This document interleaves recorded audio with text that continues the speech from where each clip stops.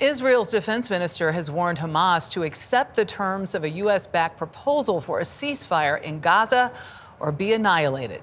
Hamas has not outright rejected the proposal and is reportedly negotiating amendments. Yesterday's threat came hours after President Trump said both sides are close to reaching an agreement. MTS Tayeb is in Tel Aviv. MTS, good morning.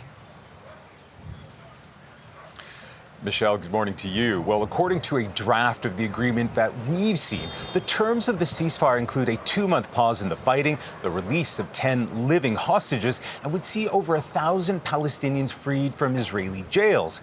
But it's what's not in the deal that is causing serious concern.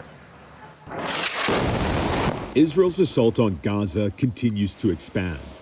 Palestinians could be seen running in fear following the latest Israeli airstrikes across the devastated territory.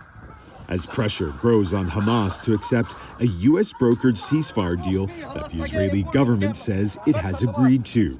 But the deal so far does not include an Israeli commitment to withdraw forces from Gaza or bring an end to the war.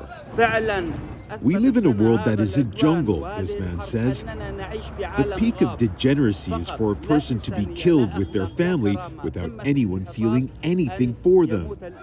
As the United Nations warns, Gaza is now, quote, the hungriest place on earth, saying its population of 2.3 million people face catastrophic hunger.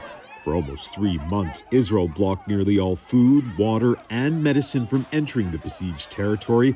Over the past week, it's allowed some aid in and has also allowed a U.S. and Israeli-backed group called the Gaza Humanitarian Foundation to distribute food.